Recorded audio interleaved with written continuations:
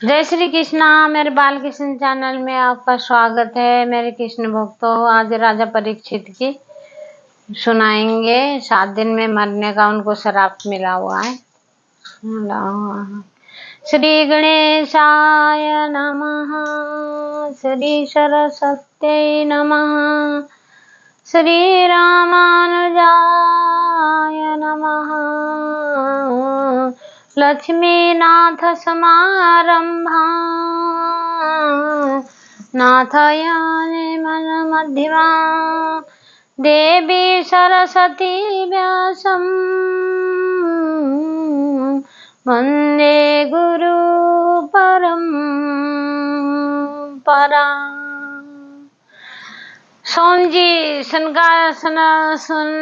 जी से कहते हैं कि राजा परीक्षित को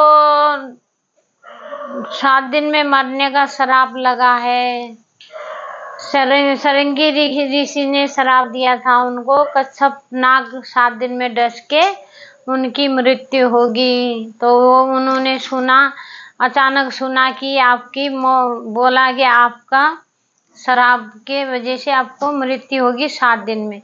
देखो, इन 7 दिनों में हर किसी की मृत्यु होती है। हर किसी को कच्छप नाग डसता है, काल वाला काल आता है। मरते ही ये 7 दिन में। 7 दिन में हम मरेंगे, 7 दिन में आप मरोगे, 7 दिन में दुनिया सब जो भी मरेंगे 7 दिन में ही मरेंगे। क्यों? सोम मंगल बुध बृहस्पति 7 दिन ही का होता है, बार 7 दिन में आते हैं। तो राजा परीक्षित को 7 दिन में मरने का श्राप लगा आया तो सुखदेव जी से बोला तो कि महाराज, मैं अब 7 दिन में मेरे को मरने का श्राप मिला है, तो अब मैं क्या करूं? मुझे क्या करना चाहिए? कैसे मैं 7 दिन का अपना दान पुण्य से मतलब कैसे मेरा उद्धार होगा? कैसे मैं? और जब बोले कि फिर उन्होंने बोला भागवत सुननी पड़ेगी। भागवत जब सुनाने के लिए बैठे, भागवत सुनाया तो स्वर्ग लोक से सब देवतागण आ गए। देवतागण आए, देवतागणों ने बोला अमृत लेके आए। वो अमृत लेके आए तो बोला राजा परीक्षित को ये अमृत पिला दो और हमें ये भागवत सार दे दो, भागवत सार दे दो। तो फिर दास जी ने भी मना किया, तो बोले कि हम भागवत नहीं चाहिए, हमें भागवत चाहिए, हमें अमृत नहीं चाहिए। अमृत स्वर्ग का अमृत पियेंगे तो कुछ दिन कोई फायदा नहीं है। अपना ये जो भागवत हमारा है, भागवत में हमारे कृष्ण जी समाये हुए। जब गए थे कृष्ण जी द्वारका डूबो के जाने लगे तो भक्त जन कहने लगे कि प्रभु हम कहाँ जाएंगे, क्या करेंगे हमें? तो बोले कि नहीं, मैं भागवत में समाया हूँ, जिस घर में भागवत होगी वहां मैं प्रकट होऊंगा, उसी में भागवत में समाया हूँ। सनत कुमार ब्रह्मांड लोक में रहते थे, वो भी भारत में भागवत सुनने के लिए आए, भागवत का आनंद लेने के लिए। जो भागवत में आनंद है वो उसमें बड़ा कलश लेके आए थे अमृत का। सारे देव देवता सब आए थे, इंद्र भी आए थे।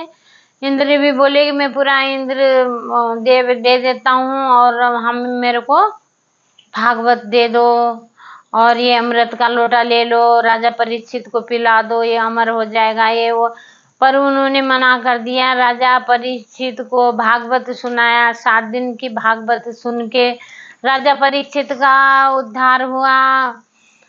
तो राजा जहाँ पर भागवत बन जाती है होती है वहां पे तो कल्याण ही कल्याण होता है। 7 दिन तक अगर भागवत सुन ले, 7वां दिन जितना भी जाने अनजाने में किया है, जो उस जन्म का पाप, भागवत जब इस इंसान सुनता है जब उस जन्म का उसका पुण्य उदय होता है, उस जन्म का पाप खत्म होके इस जन्म में पुण्य उदय होता है, जब जाके भागवत सुनाई जाती है। भागवत ऐसी चीज है कि हमारे सारे कोई ग्रंथ ऐसा नहीं है कि जो भागवत में ही वो समाये हुए, कृष्ण जी भागवत के ही में समाये हुए, वो कहीं नहीं गए, अभी हमारे भागवत में ही बैठे हुए हैं।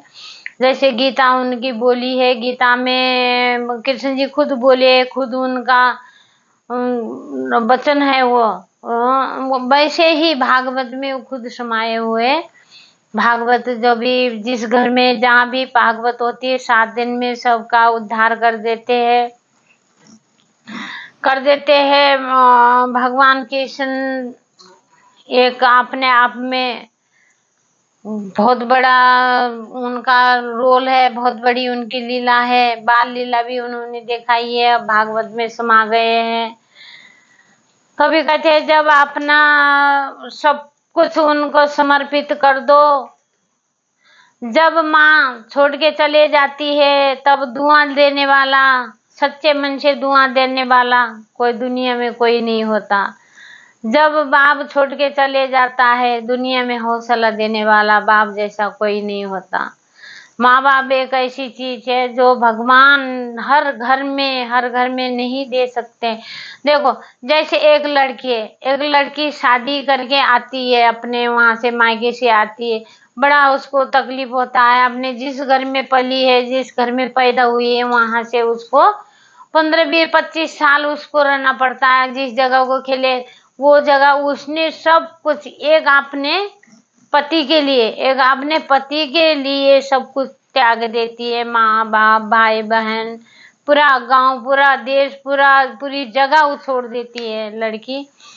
तो आप आके फिर अपने ससुराल में अपने पति को ही समर्पित कर देती है।